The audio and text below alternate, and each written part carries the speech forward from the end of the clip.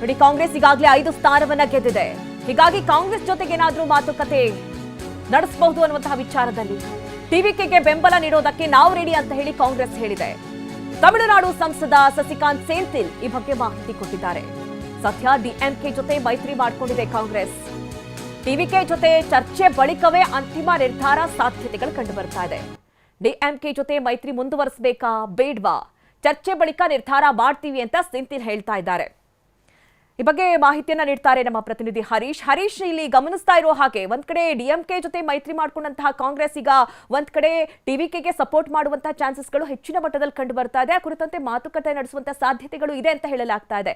ಹೌದಾ, ಈ ಬಗ್ಗೆ ಚಿಂತನೆ ನಡೀತಾ ಇದೆಯಾ ಹರೀಶ್?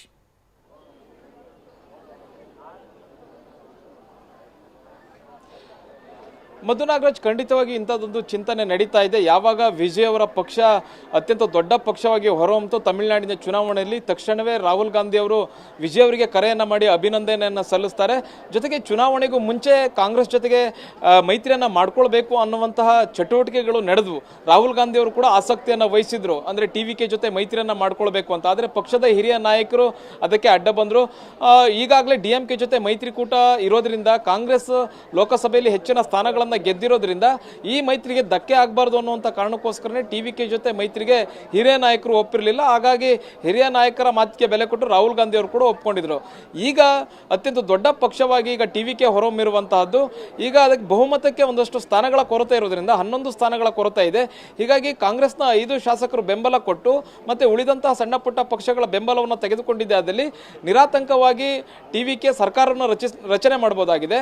ಜೊತೆಗೆ ವಿಜಯ್ ಅವರು ನಿರಾತಂಕವಾಗಿ ಮುಖ್ಯಮಂತ್ರಿ ಕೂಡ ಆಗಬಹುದಾಗಿದೆ. ಹೀಗಾಗಿ ಕಾಂಗ್ರೆಸ್ ಜೊತೆಗೆ ಮಾತುಕತೆಗಳು ನಡೀತಿದ್ದಾವೆ ಅನ್ನುವಂತಹ ಚರ್ಚೆಗಳಿದೆ. ಜೊತೆಗೆ ಈಗ ಸಸಿಕಾಂತ್ ಸೆಂಥಿಲ್ ಅವರು MP ಅವರು, ಕಾಂಗ್ರೆಸ್ನ MP ಅವರು ಕೂಡ ಈಗ ಹೇಳಿದ್ದಾರೆ, ಅಂತಹ ಒಂದು ವೇಳೆ ಬೆಂಬಲ ಏನು ಕೇಳಿದ್ದೆ ಆದಲ್ಲಿ, ವಿಜಯ್ ಅವರ ಪಕ್ಷ ಬೆಂಬಲವನ್ನು ಕೇಳಿದ್ದೆ ಆದಲ್ಲಿ ಹೈಕಮಾಂಡ್ ನಾಯಕರು ನಿರ್ಧಾರವನ್ನು ಮಾಡ್ತಾರೆ.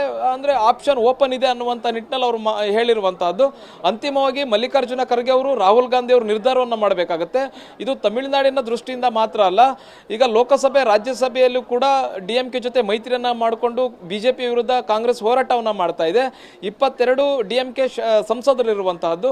ಒಂದು ವೇಳೆ ಮೈತ್ರಿಯನ್ನ ಕಳೆದುಕೊಂಡಿದ್ದೆ ಆದಲ್ಲಿ ಲೋಕಸಭೆಯಲ್ಲಿ ಡಿಎಂಕೆ ಸಪೋರ್ಟ್ ಕಾಂಗ್ರೆಸ್ಗೆ ಇರುತ್ತೋ ಇಲ್ವೋ ಅನ್ನುವಂಥದ್ರ ಬಗ್ಗೆ ಚರ್ಚೆ ಇದೆ. ಹಾಗಾಗಿ ಡಿಎಂಕೆ ಜೊತೆ ಸ್ನೇಹವನ್ನು ಉಳಿಸ್ಕೋಬೇಕು, ಹಾಗೆ ಟಿವಿಕೆ ಜೊತೆಗೆ ಬೆಂಬಲವನ್ನು ಕೂಡ ಕೊಡಬೇಕು. ಇದು ಹೇಗೆ ಕಾಂಗ್ರೆಸ್ನಿಂದ ಸಾಧ್ಯ ಆಗುತ್ತೆ ಅನ್ನುವಂಥ ಚರ್ಚೆ ಇದೆ. ಒಂದು ವೇಳೆ ವಿಜಯ್ ಹಾಗೂ ರಾಹುಲ್ ಗಾಂಧಿ ಅವರು ಮತ್ತೊಂದು ಸುತ್ತಿನ ಮಾತುಕತೆಯನ್ನ ಮಾಡಿದ್ರೆ ಅಲ್ಲಿ ಒಂದು ಸ್ಪಷ್ಟ ಚಿತ್ರಣ ಸಿಗಬಹುದಾಗುತ್ತೆ. Madhu Nagaraj. Okay Harish, thank you ನಿಮ್ಮೆಲ್ಲ ಡೀಟೇಲ್ಸ್ಗಾಗಿ.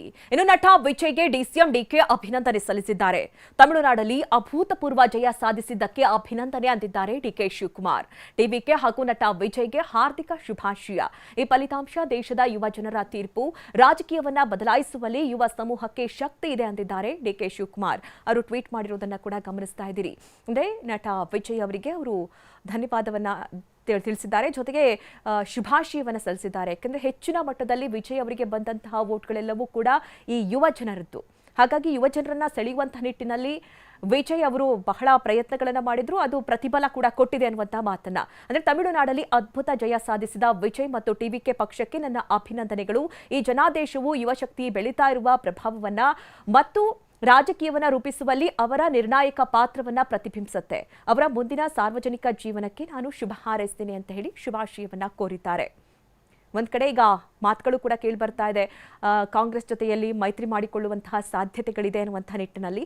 ಅಂದ್ರೆ ಬರೀ ಕಾಂಗ್ರೆಸ್ ಜೊತೆ ಮಾತ್ರ ಮೈತ್ರಿ ಸಾಧ್ಯವಾಗೋದಿಲ್ಲ, ಹಲವು ಪಕ್ಷಗಳ ಒಂದು ಸಹಕಾರ ಕೂಡ ಟಿವಿಕೆಗೆ ಬೇಕಾಗುತ್ತೆ. ಹೀಗಾಗಿ ಈ ನಿಟ್ಟಿನಲ್ಲಿ ಯಾವ ರೀತಿಯ ರಣತಂತ್ರವನ್ನ ವಿಜಯ್ ರೂಪಿಸ್ತಾರೆ ಅನ್ನುವಂಥದ್ದು ಕೂಡ ಸಾಕಷ್ಟು ಕುತೂಹಲಕ್ಕೆ ಕಾರಣವಾಗಿದೆ. ಇನ್ನು ವಿಜಯ್ಗೆ ಶುಭಾಶಯ ಕೋರಿದ್ದಾರೆ ನಟ ರಿಷಬ್ ಶೆಟ್ಟಿ. ತಮಿಳುನಾಡಲ್ಲಿ ವಿಜಯ್ ಪಕ್ಷಕ್ಕೆ ಗೆಲುವು ಹಿನ್ನೆಲೆ ನಟ ರಿಷಬ್ ಶೆಟ್ಟಿಯಿಂದ ವಿಜಯ್ಗೆ ಶುಭಾಶಯ. ತಮಿಳುನಾಡಿನ ರಾಜಕೀಯ ಇತಿಹಾಸದಲ್ಲೇ ಹೊಸ ಅಧ್ಯಾಯ ಬರೆದಿರುವಂತಹ ವಿಜಯ್ ಅವರಿಗೆ ಅಭಿನಂದನೆಗಳು. ನಿಮ್ಮ ನಾಯಕತ್ವದಲ್ಲಿ ಇನ್ನಷ್ಟು ಅಭಿವೃದ್ಧಿ ಕಾಣಲಿ, ಸಾರ್ವಜನಿಕ ಸೇವೆ ಮತ್ತಷ್ಟು ಬಲವಾಗಲಿ, ನಿಮ್ಮ ಸಾಧನೆ ಯುವಕರಿಗೆ ಪ್ರೇರಣೆಯಾಗಲಿ ಅಂತ ನಟ ರಿಷಬ್ ಶೆಟ್ಟಿ ವಿಜಯ್ಗೆ ಶುಭಾಶಯ ಕೋರಿದ್ದಾರೆ. ನೋಡಿ, ಒಂದ್ ಕಡೆ ರಾಜಕೀಯ ರಂಗದವರು ಕೂಡ, ಇನ್ನೊಂದು ಕಡೆ ಸಿನಿಮಾ ರಂಗದವರು ಕೂಡ ವಿಜಯ್ಗೆ ಶುಭಾಶಯವನ್ನ ಕೋರ್ತಾ ಇದ್ದಾರೆ.